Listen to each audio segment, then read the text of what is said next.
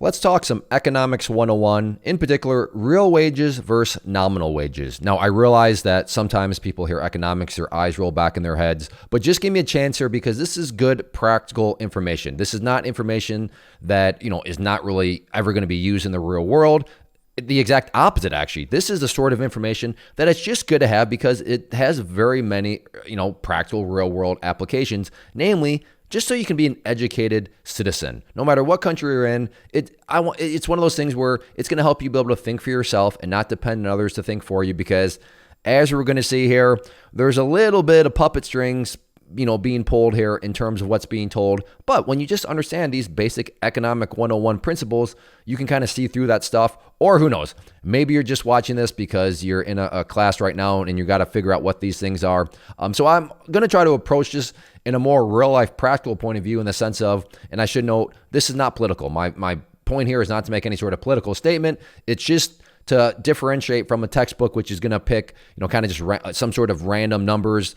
But let's just use some real world events with real world numbers to illustrate this. So let me set up the context here a little bit more by showing you what these current real world numbers are. And again, the current event is aside. It has nothing to really do about this video other than the fact of it's actually providing us some numbers so that we can figure out how real wages versus nominal wages function.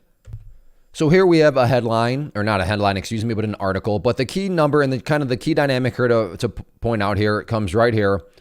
Hourly pay for the average worker rose sharply again in September, pushing the increase. Okay, here we go. Increase over the past year up to 4.6%. So that's what we care about. We care about the fact that this is the average pay, hourly pay, and that hourly pay has gone up 4.6%. So what that article is talking about here and what, a government institution, some sort of financial institution out there is referring to is, well, they're talking about the nominal wage, right?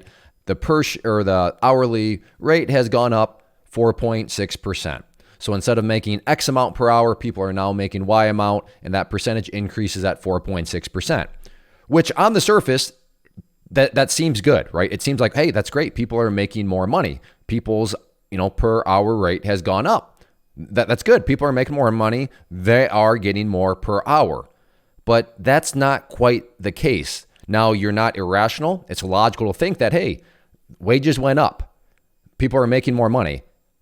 Well, and this is where economics is pretty cool because, whoa.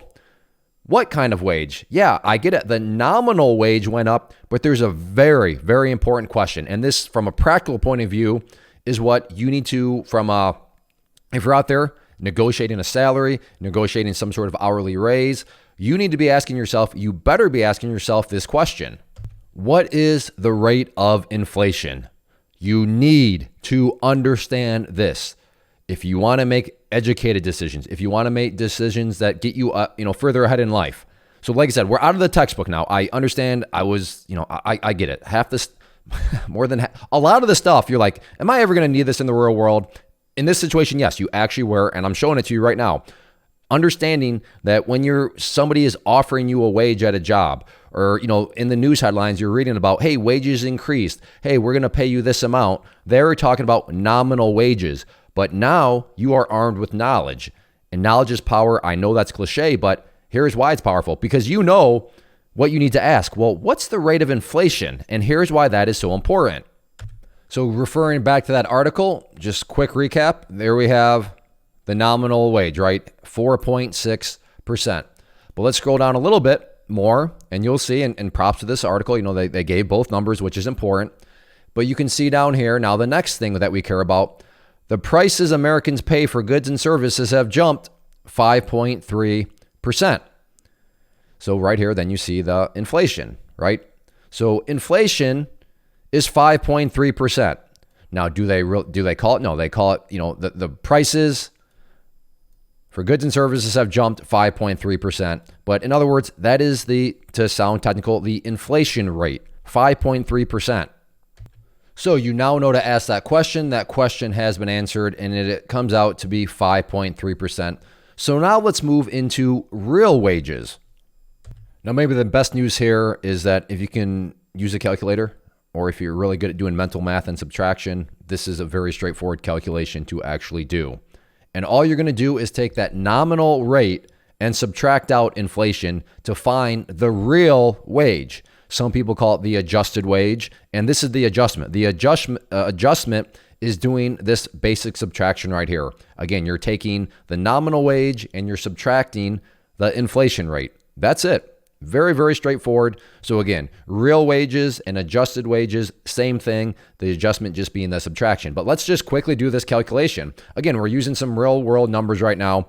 Now, if you're watching this video 3 years from now, hopefully this video, is popular enough, then yes, maybe these numbers are going to be different. Well, they will be different. But again, the actual numbers, the current events right now are completely the side point just to illustrate this. But 4.6 minus 5.3 equals negative 0.7%. So in other words, although people are making more money per hour, they're actually losing money. They're actually not making more money. And that sounds super backwards, right? But now hopefully you can see what the problem here is. The problem is, as the article used, products or prices for goods and services have increased more than what? Than what the actual wages have increased. So yeah, those people, I got a raise at work. And once again, let's hop back over into the very practical part of all this. If you're, negotiating a salary, negotiating an hourly wage, looking for a job, comparing jobs, make sure you understand how this works, because one job may not be nearly as good as what it appears when you start to factor in and calculate out the real wage. And no calculus, no algebra is needed. Back to, first grade, learning how to do some subtraction, and you got the calculator to do that. Now, I hid the actual title of this article the entire time because, I wanted to now kind of reveal what it was. So U.S. wages are soaring. But high inflation is not leaving workers much better off. And that is exactly why. Now, again, what are the politicians? What are people going to do? Well, they're going to be there saying, look at these, look at the hourly rate. It's rising. But of course, they're going to leave out, but inflation is actually faster. So technically speaking, those people are worse off, or they're barely making any progress at all. They're going to leave that part out, which, like I said, that I don't blame. That's their job. They got to spin things in their favor, right? But this is knowledge. Knowledge is power, and this is why you need to just understand how real world real wages are calculated. So that's the difference. Nominal is what you're going to see in the news, right? Now, to be fair, maybe some articles do actually calculate out, the real wages or the adjusted wages, but and generally speaking, when you see in the headlines, when you see politicians talk, they're going to be talking about nominal wages. But if you want to get to the wage that actually affects you, that's where you got to figure out the real wage. So nominal wages versus real wages. Hopefully this video helps not only to explain what they are and to show how to calculate, but really the real life benefits to how having an understanding can benefit you in life. If you want me to do more videos like this where I just take kind of an economics 101 approach, then please let me know. I'm open for suggestions. Leave those down in the comment section below and hit that like button. So hitting the like button, leaving comments communicates to me that you enjoy these sorts of videos. And if you want more of these like this, then let me know. I love to talk economics, and I love to try to spin economics into showing how they really do have a practical real world effect other than being some like bolded definition in a textbook. Because I get it, that stuff can seem so useless, but in many cases, there is a lot of useless bolded definitions out there. But when it comes to this sort of stuff, it really does matter in the real world. So hit that like button and leave a comment down below, and I'm totally open to suggestions.